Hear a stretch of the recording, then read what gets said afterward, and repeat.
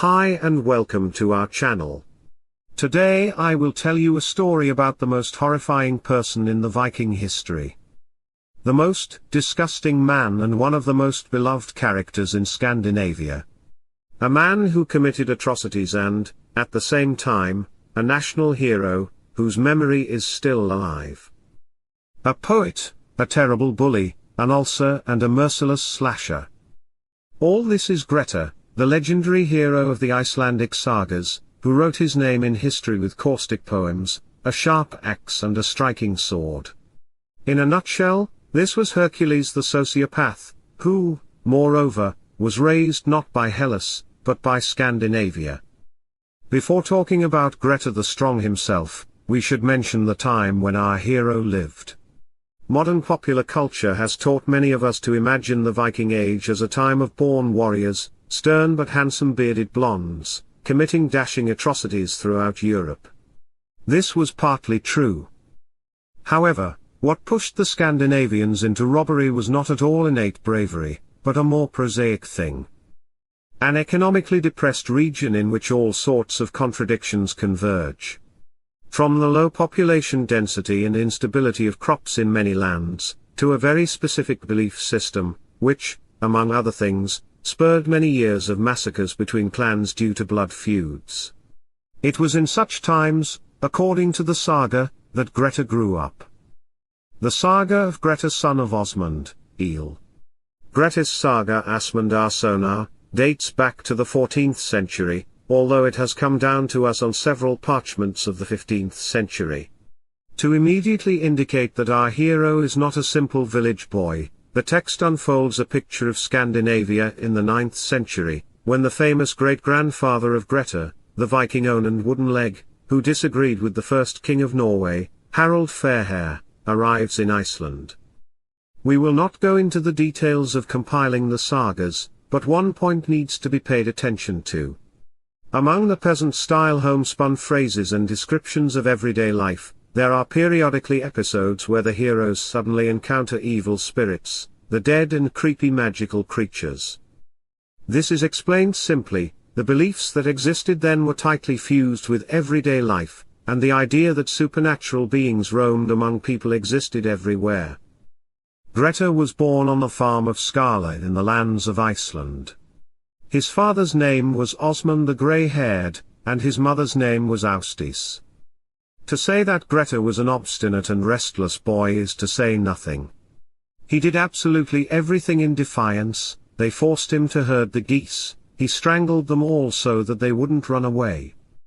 By the time the rough Grettir was 14 years old, he was already easily bullying older boys, threatening when they tried to make fun of him. Only a slave takes revenge immediately, but a coward never.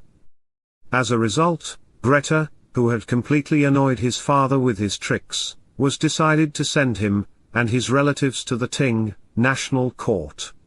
Let him look at smart people there, gain his wits, and if anything happens, the stern men will quickly besiege him. So Grettir and the company, led by Thorkel the Rake, headed to the Ting.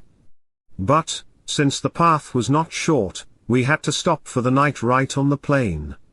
The horses were not tied up, so in the morning, swearing and spitting, everyone wandered off to catch their horse in the field. Grettir found the horse quite quickly, but there was no luggage with supplies on it.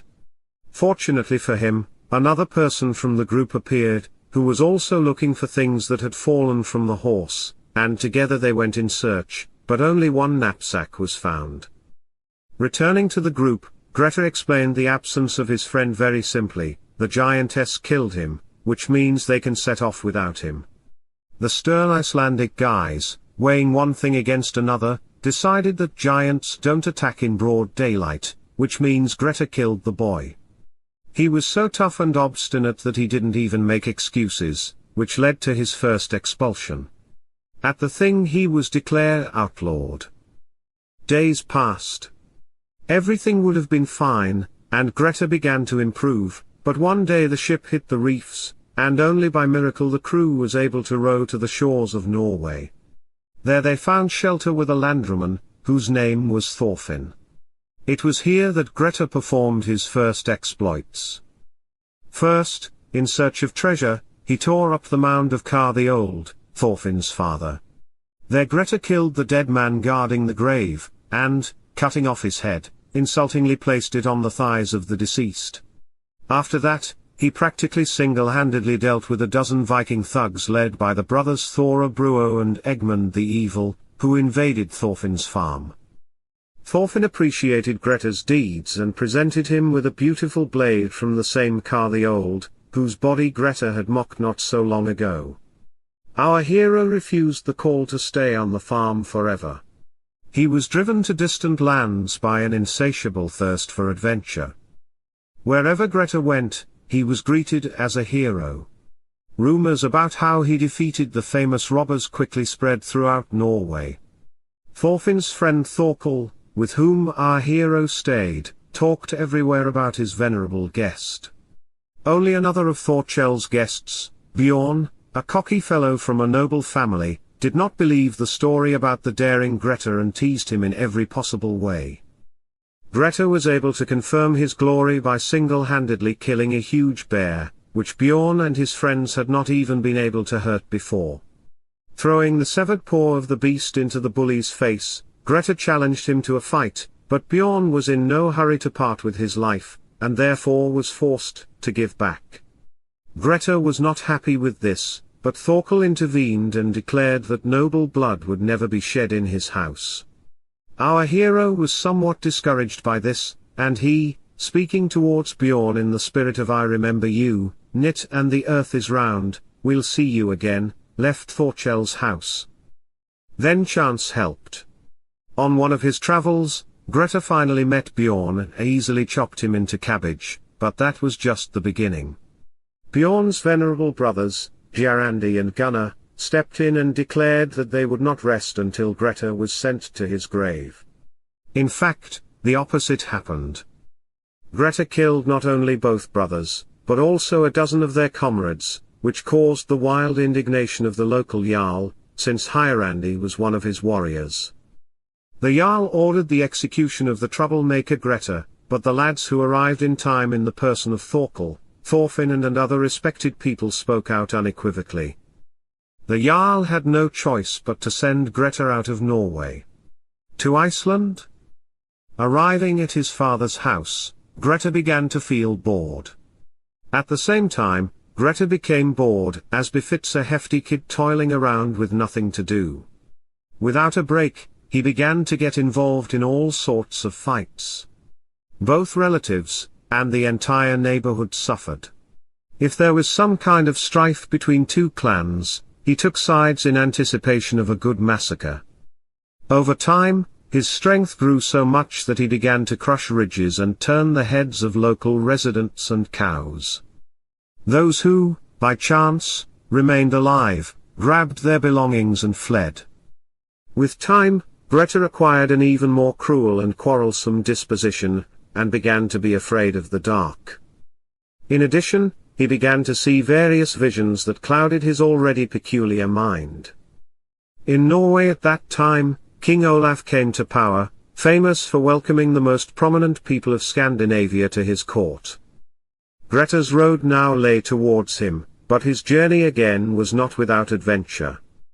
On a ship that sailed to Norway, he beheaded some bully, and on one of the shores, where travelers wanted to get hold of fire, Grettir, albeit unintentionally, burned the house along with its inhabitants. Rumors arrived at Olaf's court before Grettir himself. It was decided to test Grettir with a hot iron. He had to carry a piece of hot metal through the church with his bare hands in order to cleanse himself of all filth, but even here something bad happened. A young man jumped out in the middle of the church and began to blaspheme and ridicule our hero, saying, "As long as we welcome all kinds of murderers in the temple." Grettir gave the youth a careless slap in the face, from which he immediately died. After this, Grettir was immediately driven back to Iceland. While Grettir was leisurely returning to his native lands, three significant events occurred. First, Asmund, Grettir's father, died. Secondly, they killed his older brother Atli, who, after the death of his father, remained in charge of their family. In addition, they remembered people being burned alive, whom the hero accidentally set on fire in a house when he was 15.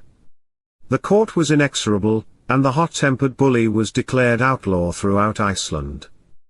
But Grettir could not accept that. From that moment on, he only began to cling to the locals more unbridledly and get into fights. And most importantly, now there was a large reward on his head.